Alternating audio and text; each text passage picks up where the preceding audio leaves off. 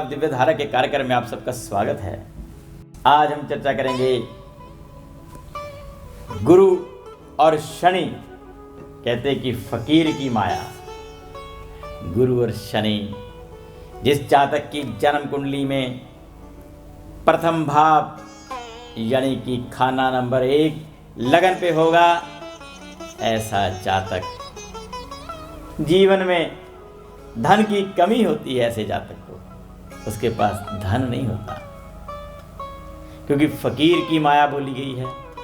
बहुत पहुंचा हुआ साधु तो हो सकता है, वो अपने इल्म से ही धनवान होगा और सब्र रखने वाला इंसान होगा, क्योंकि ऐसा जातक गुरु और शनि इंसान को न्याय करने के लिए कहता है और गुरु न्याय करने का कारक ही होता है। जब दोनों ग्रह इकट्ठे लगन पर आ जाएं तो धन की कमी होगी, लेकिन ज्ञान, गैबी शक्तियां, साधु, फकीर और फकीर की माया होगी। इस तरह से गुरु और शनि प्रथम भाव में इस तरह का फल देते हैं।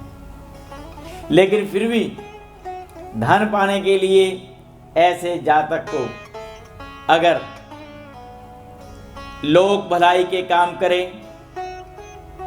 शनि की चीजों से परहेज करे और क्रोध से बचे, स्वभाव में ज्यादा तेजी, ज्यादा गुस्सा ना हो, तो फिर ऐसे जातक को धन भी मिलता रहेगा, उसको गैबी शक्ति के साथ साथ धन शक्ति भी मिलेगी। इसी तरह से खाना नंबर 2 जहां पर बृहस्पति, गुरु और शनि अगर हों तो ऐसे जातक को फिर धन प्राप्त होता है, क्योंकि उच्च का चंद्र फल देने लग जाता है। उच्च का चंद्र खाना नंबर 2 में होता है। जब गुरु और शनि की माया दूसरे भाव खाना नंबर 2 जिस जातक की जन्म कुंडली में हो, ऐसे जातक को धन की भी बढ़ोतरी होगी और बोल वाणी भी अच्छी होगी, न्याय करने वाला भी होगा और धन का लाभ भी होता रहेगा। ऐसा जातक एक सरल सा बहुत ही अचूक उपाय है, ताकि वो अगर शादीशुदा है तो उसे ससुराल को जो तकलीफ़ें होती हैं, उसके ससुराल की तकलीफ़ों से बचाने के लिए ऐसा जातक, और अपनी तकलीफ़ें भी बच जाएंगी, माथे पर दूध का या दही का तिलक लगाए तो बहुत ही बढ़िया फल हो जाएगा। इसी तरह से खाना नंबर 3 जिस जातक का होगा, जिस जातक की जन्म कुंडली के तीसरे भाव में गुरु और शनि का योग हो, धन की कमियां होती हैं, पिता दादा का धन संभाल कर रखना होगा, कहीं खो ना जाए, कहीं बिक ना जाए, जायदाद जल्दी उसे संभालना होगा। क्योंकि ऐसे जातक को अगर वो नेक काम करता रहे,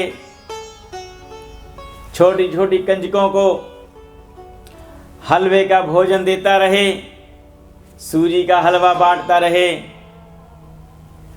और कुत्तों की सेवा करता रहे, या घर में काले रंग का कुत्ता पाल ले, तो ऐसे जातक को फिर बुढ़ापे में आराम मिलेगा, बुढ़ापे में धन दौलत पाएगा, हर तरह से सुख और हर तरह से धनवान बनता चला जाएगा और उसके जीवन में खुशहाली आएगी।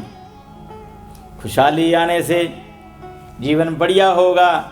लेकिन सावधान,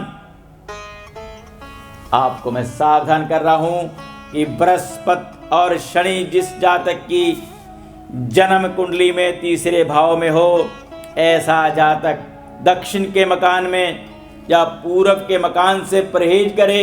अगर ऐसे मकान में रहेगा तो धनहीन हो जाएगा, रोगों और बीमारियों का सामना करना पड़ेगा। इसलिए ये दो तरफ की दिशाएं ऐसे जातक के लिए अच्छी नहीं है, बुरा फल देती हैं।